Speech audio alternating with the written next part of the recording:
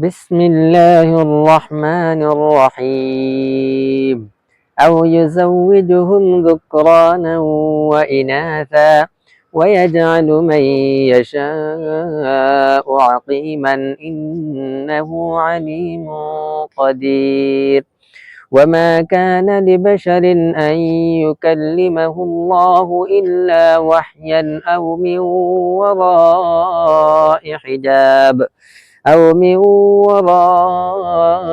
حجاب أو يرسل رسولا فيوحي بإذنه ما يشاء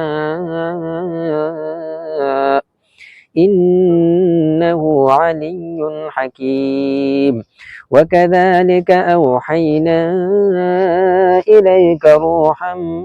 من أمرنا ما كنت تدري ما الكتاب ولا الإيمان ولكن جعلناه نورا نهدي به من نشاء من عبادنا وإنك